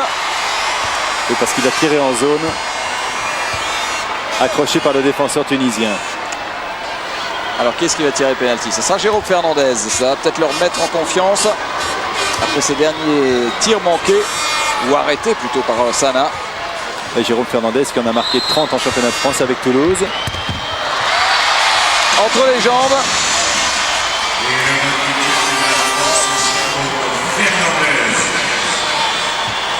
Avec ce but, Jérôme Fernandez devient le meilleur buteur français. Avec 9 buts devant Stéphane Stocklin, 8. Sur l'ensemble du tournoi. Sur l'ensemble du tournoi. Plus 11. Giraud qui vient essayer de pousser Bellarette à la faute. Quel pressing. Et Guillaume Gilles qui s'est télescopé avec Bellarette. Oui, belle feinte, mais arrêt de Franck. La contre-attaque, Plantin, il l'a vu. Et arrêt de Sana à bout portant. Et on ne peut pas dire que ce soit un caviar pour Stéphane Plantin. Avec cette passe d'Olivier Giraud. La passe est arrivée un petit peu tard. Et en arrière en plus. On va revoir d'ailleurs.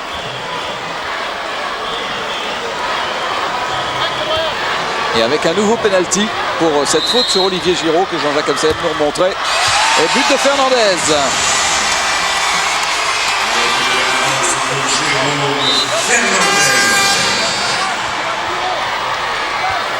Jérôme Fernandez avec 5 buts et pour l'instant le meilleur marqueur de l'équipe de France. 5 buts en une mi-temps pour Jérôme Fernandez. 5 buts pour Jérôme Fernandez, ça vaut des applaudissements. C'est le meilleur marqueur français. À la limite du passage en force, mais ça sera une faute en faveur de la Tunisie. Des Français un peu moins mobiles en défense. Enfin on le comprend parce qu'avec cette dépauche d'énergie depuis le début de la partie. Ah, ils ont couru.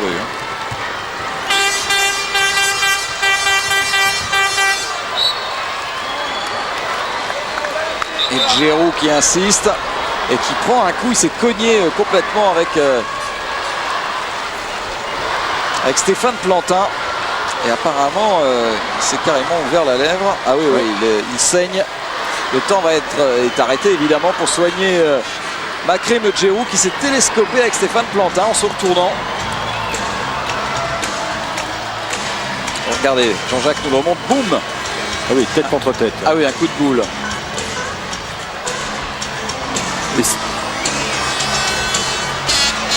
Et Stéphane Plantin qui a pas grand chose, non. Qui lui va bien. Oui. C'est pas le cas du Tunisien. Voilà, il a reculé en fait Stéphane Plantin, tandis que Ali Makrim Djerou est obligé de sortir pour aller se faire soigner, bien sûr. On espère qu'il l'aura récupéré pour pouvoir jouer le 3e match qui aura lieu demain. Ah oui, c'est assez violent quand même. Hein. Il va se faire certainement poser quelques points de suture. Peut-être se faire remettre une petite dent aussi, hein, parce que grande chance. Impossible qu'il lui ait laissé un bridge dans l'histoire. Eh bien, le signe de Jackson Richardson sur tout ce qu'il proposait. Voilà, c'est la lèvre. Oui, c'est la lèvre, heureusement. C'est moins grave. Emporter un souvenir de Bercy et de l'équipe de France.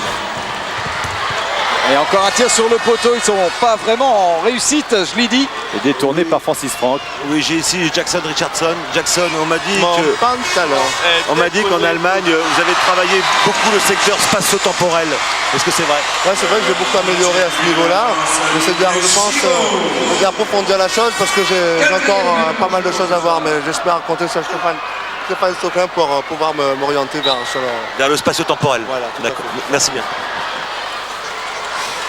La bonne humeur dans l'équipe de France. Et les joueurs, Philippe Gardant, c'est un peu pour ça aussi qu'on l'a amené sur ce tournoi, pour égayer les matchs.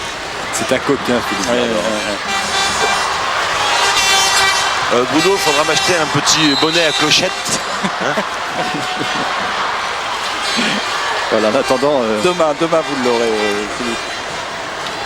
Et restez concentrés pour poser des bonnes questions toujours. 30-17. Alors que Guillaume Gilles est sorti pour 2 minutes. L'équipe de France évolue à 1 de moins. Ah, beau but. Très beau but de Benchouika. Avec un lob parfait sur Francis Franck. 12 buts d'avance pour l'équipe de France. L'équipe de France qui réussit le plus gros score en attaque de ce tournoi de Bercy pour l'instant. Olivier Giroud avec Semir Zouzo complètement écarté sur son poste d'ailier gauche. Premier but pour Semir, qui a besoin de confiance, qui a besoin de jouer. Et temps mort demandé par l'entraîneur tunisien, alors que son équipe est menée de 13 buts. Il n'y a pas que de l'eau à l'équipe du Calais. Il tardait un peu à venir. Il carte qui vient, mais il ne pas que...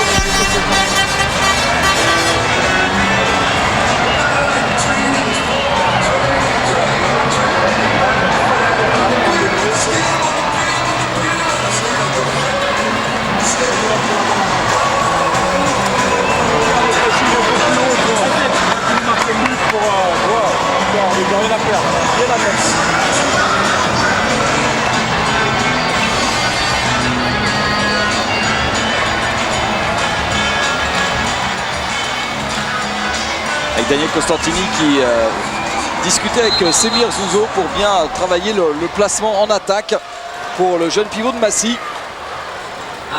Oui, cette salle. C'est vrai que Semir Zouzo a besoin d'être guidé. Encore une fois, qu'on lui fasse confiance. Il n'y a pas de raison qu'il ne redevienne pas le pivot qu'on a connu. Performant avec l'équipe de France Espoir, l'équipe de France de Sylvain Noé. Petit oubli en défense. Résultat, Mohamed Messaoudi se retrouve absolument tout seul pour marquer le 19e but tunisien. Côté français évolue à 1 de moins. Là, il y a prise en individuel strict sur 2 arrières, Giraud et Fernandez. Zouzo, le voilà justement avec Cédric Burdet. On joue avec Semir Zouzo et arrêt de Sana à bout portant. Il faut vite replier. Oui, parce que Sana remonte très vite. Il a quitté son but. On parlait de l'intransigeance de la défense française en première mi-temps. Elle n'avait encaissé que 6 buts. En deuxième mi-temps, c'est plus tout à fait la même chose. Mais le match ne ressemble plus du tout d'ailleurs. Oui, il y a eu beaucoup de contre-attaques. Et tir de Ben Amor. Ça faisait un petit bout de temps qu'on n'avait pas revu la vedette tunisienne sur le terrain. Il a trouvé le poteau. C'est le 5e poteau quand même pour les Tunisiens.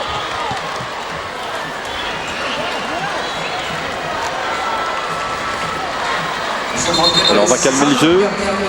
En tout cas, c'est ce que demande Daniel Costantini. Il rappelle à ses joueurs qu'ils évoluent à 1 de moins. Non, Guillaume Gilles vient de rentrer. C'est fini. Burdet. Avec Giraud. Cherche une solution côté droit avec Plantin. Elle était bloquée, Guillaume Gilles, la contre-attaque.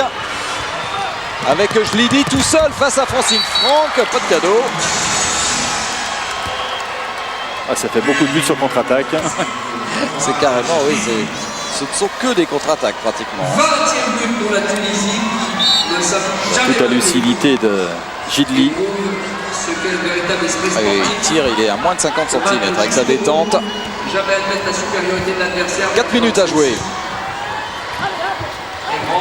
Ballon qui glisse sur les mains d'Olivier Giroud sans conséquence. Zouzo. Un contre 1 de Giroud.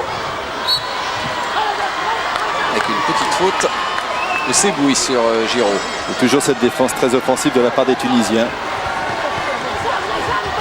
Zouzo qui bouge énormément. Ah ouais, il est passé vers Fernandez. Beau travail d'Olivier Giroud.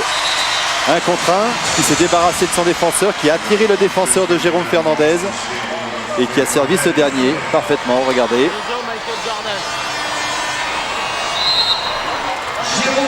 Sixième but, Jérôme Fernandez.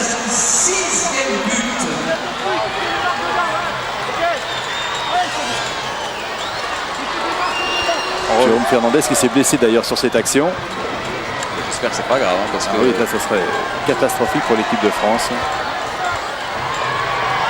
Le docteur Roitino et Dominique Baliccioni, le kiné de l'équipe de France, viennent le soigner.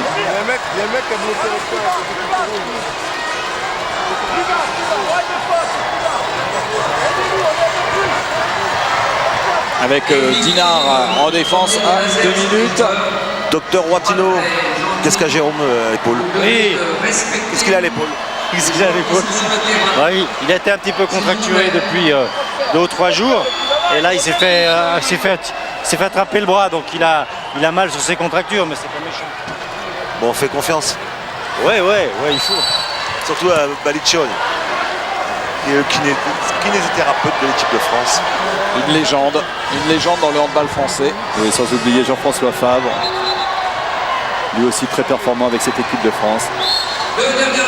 La France en infériorité numérique, donc après les 2 minutes prises par Semir Zouzo, la France terminera en infériorité numérique. Belle arrête, bloqué par Didier Dinard. Jusqu'au bout, Daniel Constantini est exigeant avec ses hommes. Et là, c'est la folie dans Bercy. Le public qui fait la hola. La hola, oui, a été démarrée par Stéphane Stocklin et Jackson Richardson. Ça suit. Regardez encore. Hop. Ah, ça va être excellente pom-pom girl. Très bonne ambiance. Avec un nouveau penalty pour Walid Benamor face à Francis Franck, qui marque le 21e but. 3e but pour Benamor, ce qui lui permet d'être en tête des buteurs de ce tournoi, avec 15 buts. Golic est revenu. Guillaume Gilles. Avec un ballon perdu, petite mésentente. Sana qui relance tout de suite avec Seboui. Et un dernier but pour Ben Chouika.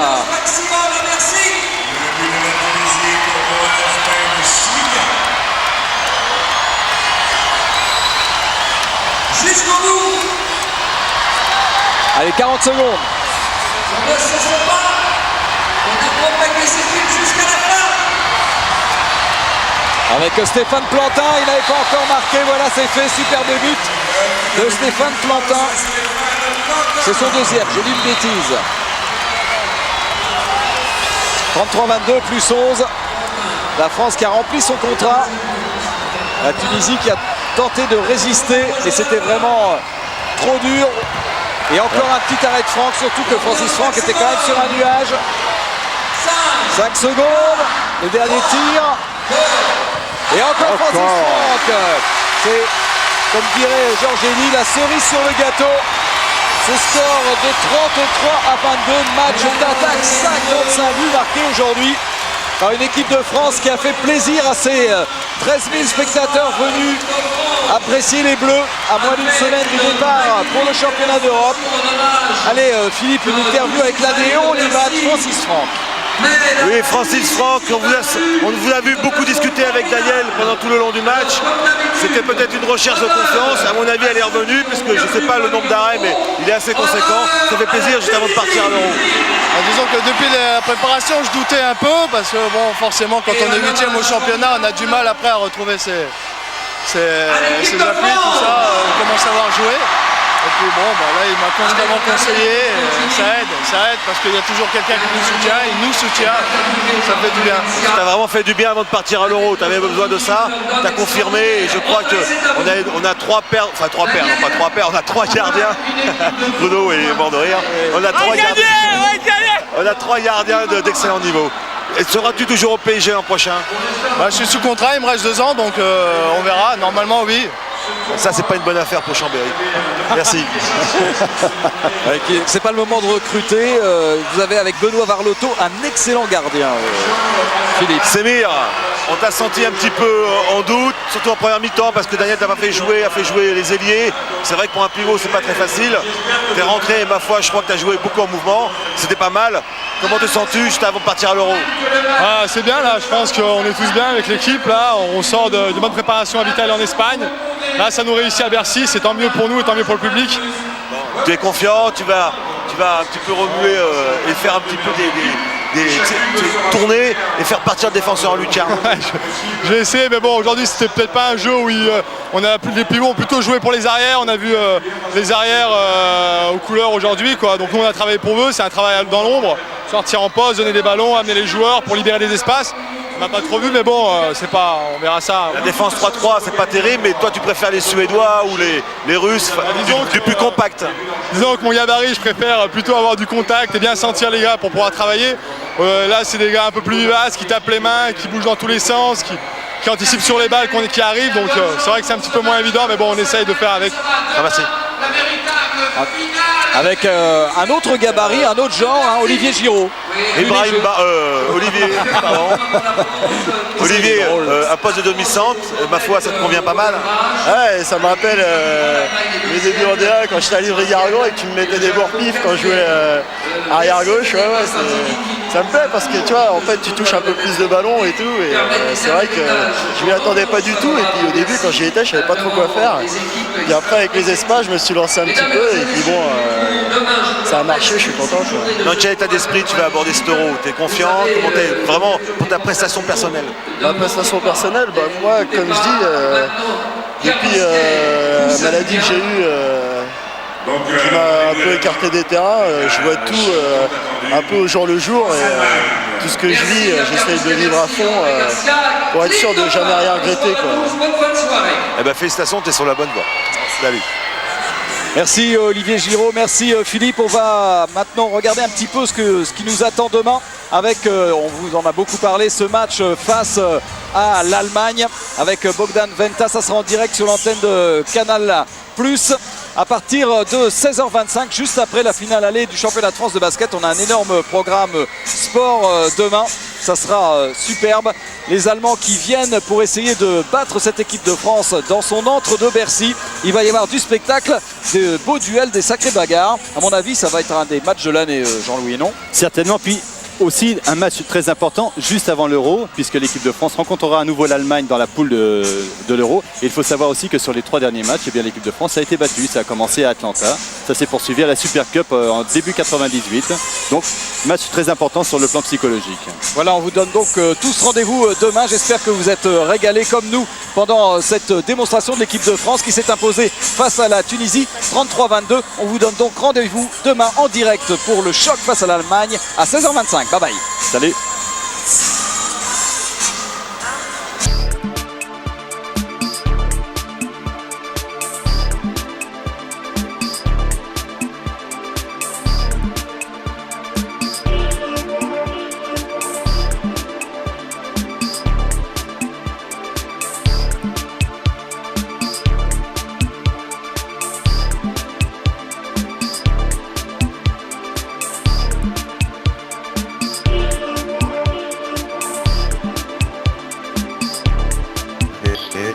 Big blue egg.